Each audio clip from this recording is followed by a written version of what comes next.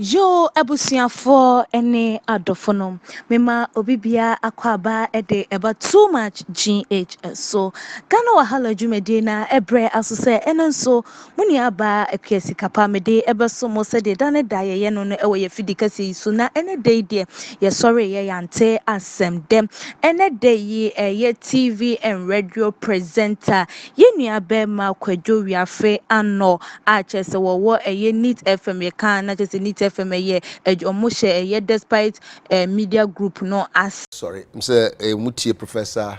Kwesi Poku Amankwa Director General Ghana Education Service abusuafo nkomo ami be ani bedi nye de papa enso so ye bedi ara megide se mo mutie radio no de monya sa anka bondada be se mfie kakra ni na nyamede owura bi edom yen yede ne ye adwuma ewa ha abrante fefefe yede ne ye adwuma obo ne homoden yede ne tese nua yede ne tese damfo na oye adwuma yi mu a na adwuma yi mu a na o chance yesan so kra no nyame dum na kyede ode ye adwuma MC na oye wasan so kra ye radio chese oye market no san ye radio ma ye ni nyina adwuma oye no no na nsen bi kra ye ka abogese ho asem so mbeka ya last year ho ba bi ye ne betra so ma no ebe kan bi be kyerekye ni ho anika anopei me be sorry ya nkra matene se yenua no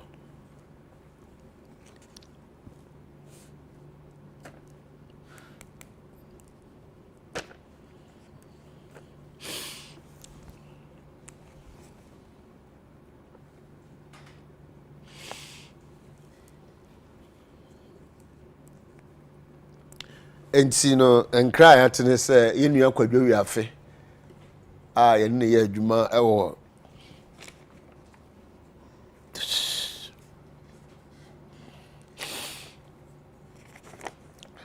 yenua kwadwo wiafe ne ye adwuma o despite company wa ye nyamedia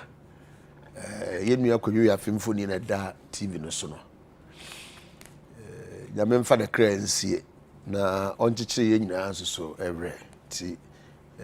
mejina ye nyina ya na mu ye wo ha nyina ya chichire every ene abusua na ya kase kwadwo da ye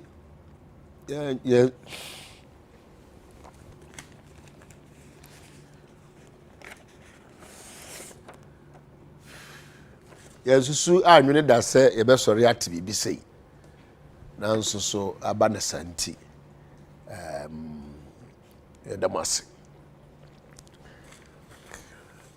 na ene dey de yete ya ene se yenua be mayi adane benkum so waka nkyinegu abra aduane esiso na yenua be mayi wo ye ade obo ne homodi eyie pana ne dwumadi a wodi ewo Neat FM eye yenkofie dwumadi na chese eno na chese wodi emu atintiman na abusuafo mo be kaye ye Kenzi 2020 Kennedy ene ne yire ne hokafo Tracy womo warimpo no abrante wone Abeku Santana womo na MC edema womo womo ayofuhia no ase ebiemu nso no waboa Kumawood fo no ene womo atwasini bebre ewo ye ka patupa wa wo hwa sa no Neat fufu advert crampo wone Sandra Ababio ono na ne kuna na wotwi mu anana ne nche ye bia crampo emra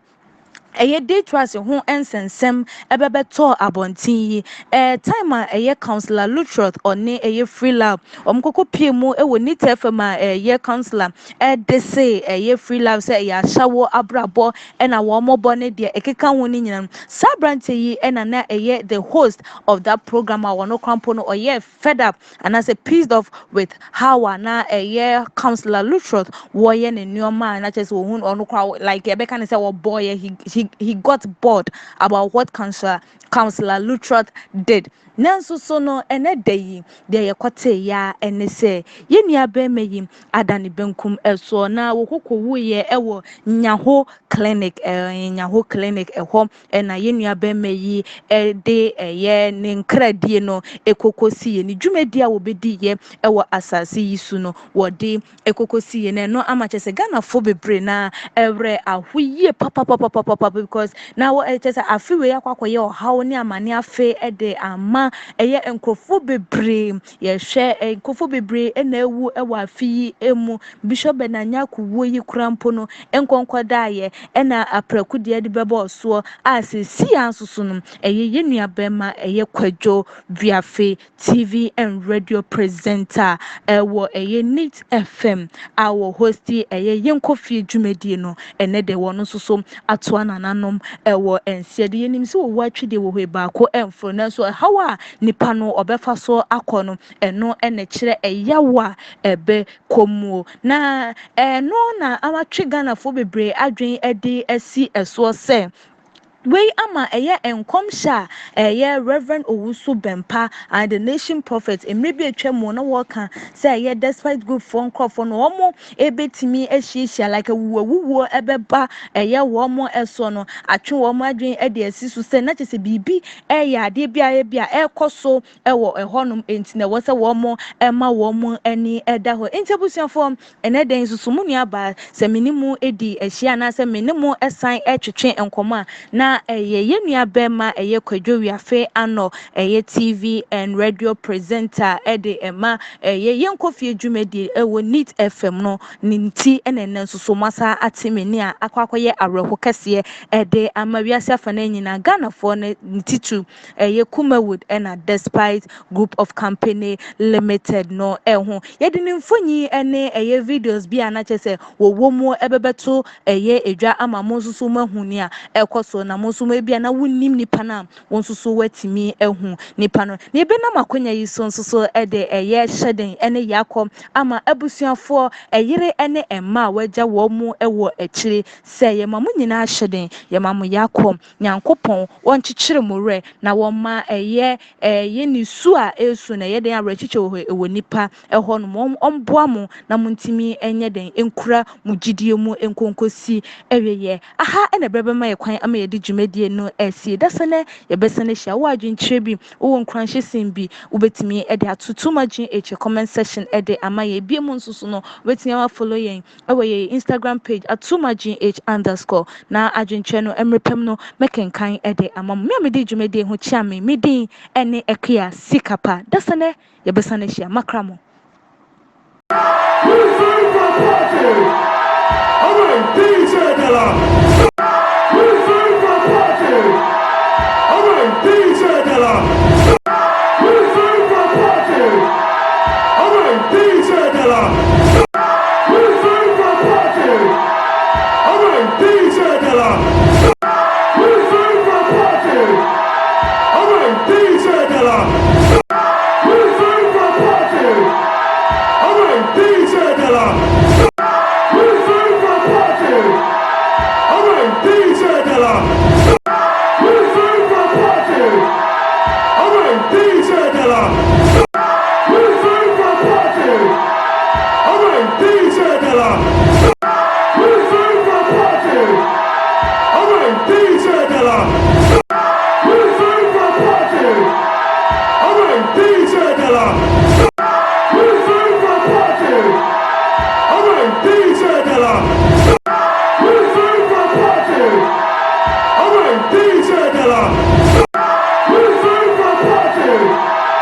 Alright, DJ Della. Alright, DJ Della.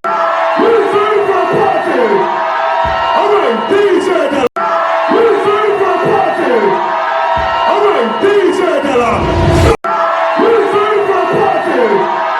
Alright, DJ Della. Alright, DJ Della.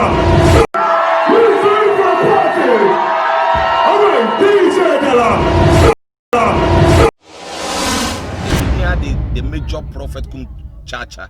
on say me catch was say bomoden na hwe too much gh on say me kan ye nye ne bone pa ne kase ye pe wo wi ase ya asonden ti na adam wɔn hu nyame yɛ no nyam no wɔn hu nneɛma bi a wɔhwehwɛ ɛwɔ other place ne adeɛ kate wɔn na bɔmɔden na bɛhwɛ